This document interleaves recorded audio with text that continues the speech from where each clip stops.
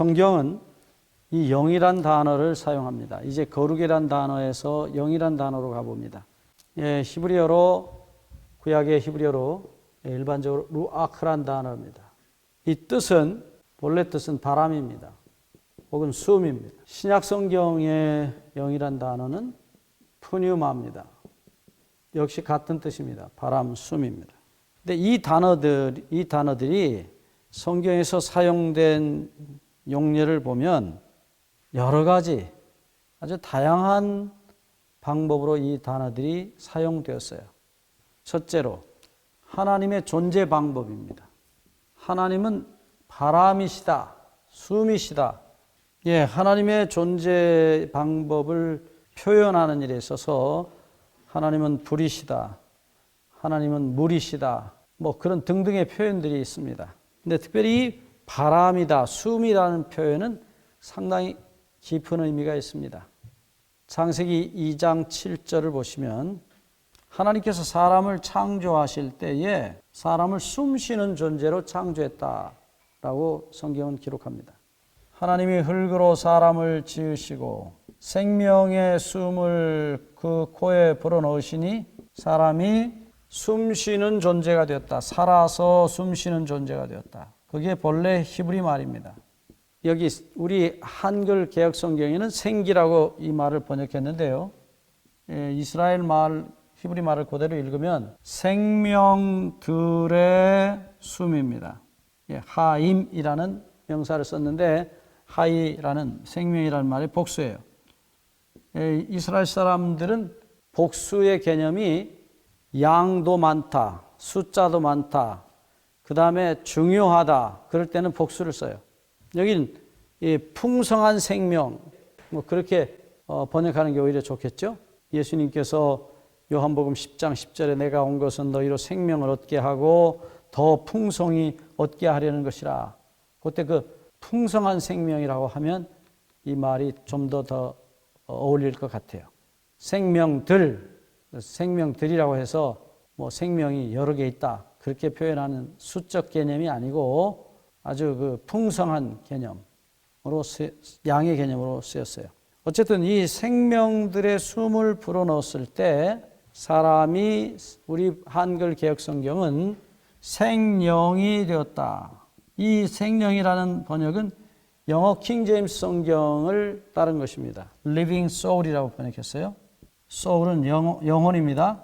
여러분, 영혼이라는 말은 육체가 없는 존재예요. 근데 아담은 이미 육체를 가지고 있습니다. 근데 어떻게 영혼입니까?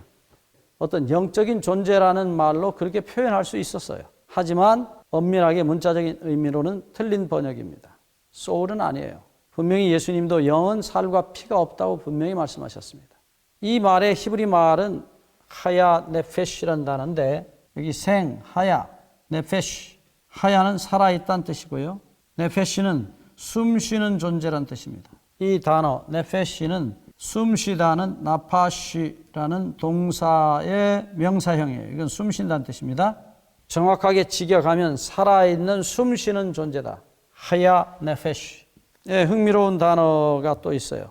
그것은 이 똑같은 네페시, 숨쉬는 존재다 하는데 살아있지 않고 죽어서 숨쉬는 존재, 숨쉬는 존재인데 죽어있는 숨쉬는 존재다. 이 말과 반대되는 말이 하나 나옵니다. 민수기 6장 6절에 보시면 우리말 번역은 시체라고 번역했는데 이 시자는 죽었다는 시자예요. 무트라는 히브리 말입니다. 이건 죽었다는 뜻이에요. 죽었다. 네페시입니다. 그러니까 숨쉬는 존재가 죽었다, 숨을 안 쉰다, 그런 뜻이에요. 요 하야 네페시와 반대되는 말이겠죠. 숨쉬지 않는 존재, 죽어서 숨쉬지 않는 존재가 죽어 있다. 요거는 숨쉬는 존재가 살아 있다. 그러니까 지금 숨을 쉬고 있다, 그런 표현이에요. 재밌는 것은 이 하야 네페시라는 생명이라고 번역된 이 단어가 창세기 1장의 20절, 21절, 24절 등에 나와 있어요. 20절, 창세기 1장 20절과 21절에 보시면 물속에서 숨쉬는 생물을 하야네피시라고 그랬어요. 여기서는 우리 번역이 생물로 번역하고 있어요. 그다음에 24절에 보면 땅 위에서 공기를 숨쉬는 똑같은 생물입니다. 동물과 곤충들이겠죠. 그러니까 이 하야네페시라는 단어는 근본적으로 살아서 숨쉬는 존재란 뜻이지 영혼이라는 개념은 없어요. 사람들이 이 영혼이라는 단어를 잘못 사용해서 이 단어 속에다 집어넣음으로 혼란이 일어나는 것입니다. 또 다른 이 네페시에 대한 이야기를 찾아보면 이 네페시, 숨쉬는 존재가 죄를 지으면 죽는다고 말하고 있어요. 에스겔 18장 4절. 범죄하는 네페시, 영혼이라고 우리말로 번역했는데 이게 잘 번역된 단어가 아닙니다.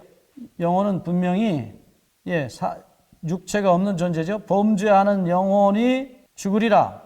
여기서 이 영혼은 분명히 네페시입니다. 죄를 짓는 숨쉬는 존재는 반드시 죽으리라. 죽습니다. 영혼이 죽지 않는다고 하는 말에 우리가 일반적으로 쓰는 말에 전혀 반대되는 말이에요. 근데 여기서 말하는 이 네페시는 숨쉬는 존재를 가리킵니다. 흥미로운 것은 이 네페시란 단어가 다른 번역에 보면 목을 가리켜요. 목, 네페시, 목입니다.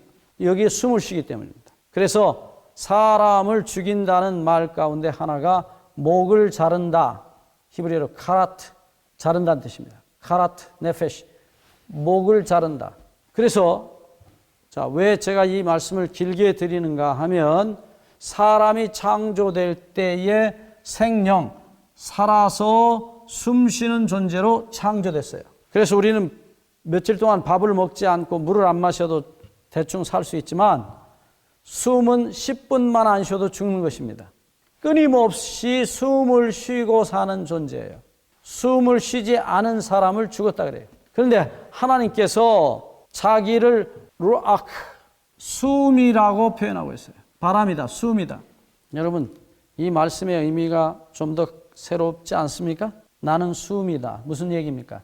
너는 나 없이는 살 수 없다는 얘기. 예수님께서 요한복음 14장 6절에서 내가 곧 길이요 진리요 그 다음에 생명이라고 말씀하신 것이에요. 그 생명의 의미 중에 아주 중요한 의미가 바로 이것입니다. 그리스도는 우리에게 생명이십니다. 그분 없이 우리가 살 수 없습니다. 그걸 육체적으로 표현하면 그분은 우리의 숨이십니다. 생명이십니다. 그래서 하나님이 자기 존재를 밖으로 우리에게 표현하실 때 숨이다, 바람이다. 실제로 하나님이 바람이 아니십니다. 바람은 물질이에요. 산소, 수소, 질소, 탄소. 그것은 물질이지 하나님이 아니십니다. 그럼에도 불구하고 하나님께서 자기를 그렇게 표현하시는 이유가 뭡니까? 우리와의 생명에 뗄 수 없는 관계. 너는 나 없이 살 수 없다. 반대로 나도 너 없이 살 수 없다. 그것은 우리 어머니가, 우리 아버지가 우리에게 하셨던 얘기들이에요. 저희 어머님도 살아생전에 저와 같이 예배 드리신 다음에 저를 보시고 가끔 몇 번 제 귀에 말씀하셨어요. 너는 내 목숨이다. 그거는 분명합니다. 엄마가 숨이 끊어지면 뱃속에 있는 아이도 죽어요. 또 그 아이가 죽으면 엄마는 죽은 목숨과 같습니다. 하나된, 일체된 생명이란 뜻이에요.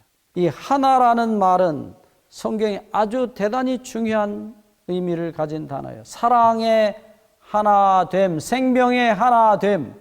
아버지 하나님과 아들 하나님과 성령 하나님이 서로에게 자기들을 주셔서 마치 남편이 아내에게, 아내가 남편에게 자기를 주어서 하나 되었을 때의 아들이 나오는 것처럼 하나님 아버지께서 아들 하나님 예수님에게, 아들 하나님은 아버지 하나님에게, 아버지 하나님은 성령 하나님에게, 성령 하나님은 아버지 하나님에게, 예수님은 성령 하나님에게, 성령 하나님은 아버지 예수님에게 서로에게 자기를 주어서 완전히 한 덩어리가 된 그 열매가 바로 아담이라고 말하고 있어요. 창세기 1장 26절 하나님이 가라사대 우리의 형상대로 우리가 사람 하나를 만들고 아버지와 아들과 성령 하나님이 서로 사랑으로 하나 되어서 남편이 아내에게 자기를 주어서 아들을 낳듯이 아들이 그 두 사람의 사랑의 하나됨의 열매인 것처럼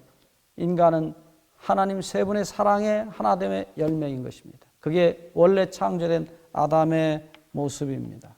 이제 하나님께서 이렇게 우리에게 생명을 불어넣으셔서 우리와 당신의 생명이 하나 되심을, 사랑의 하나 되심을 나타내신 말씀이에요. 다음 시간에 계속하겠습니다.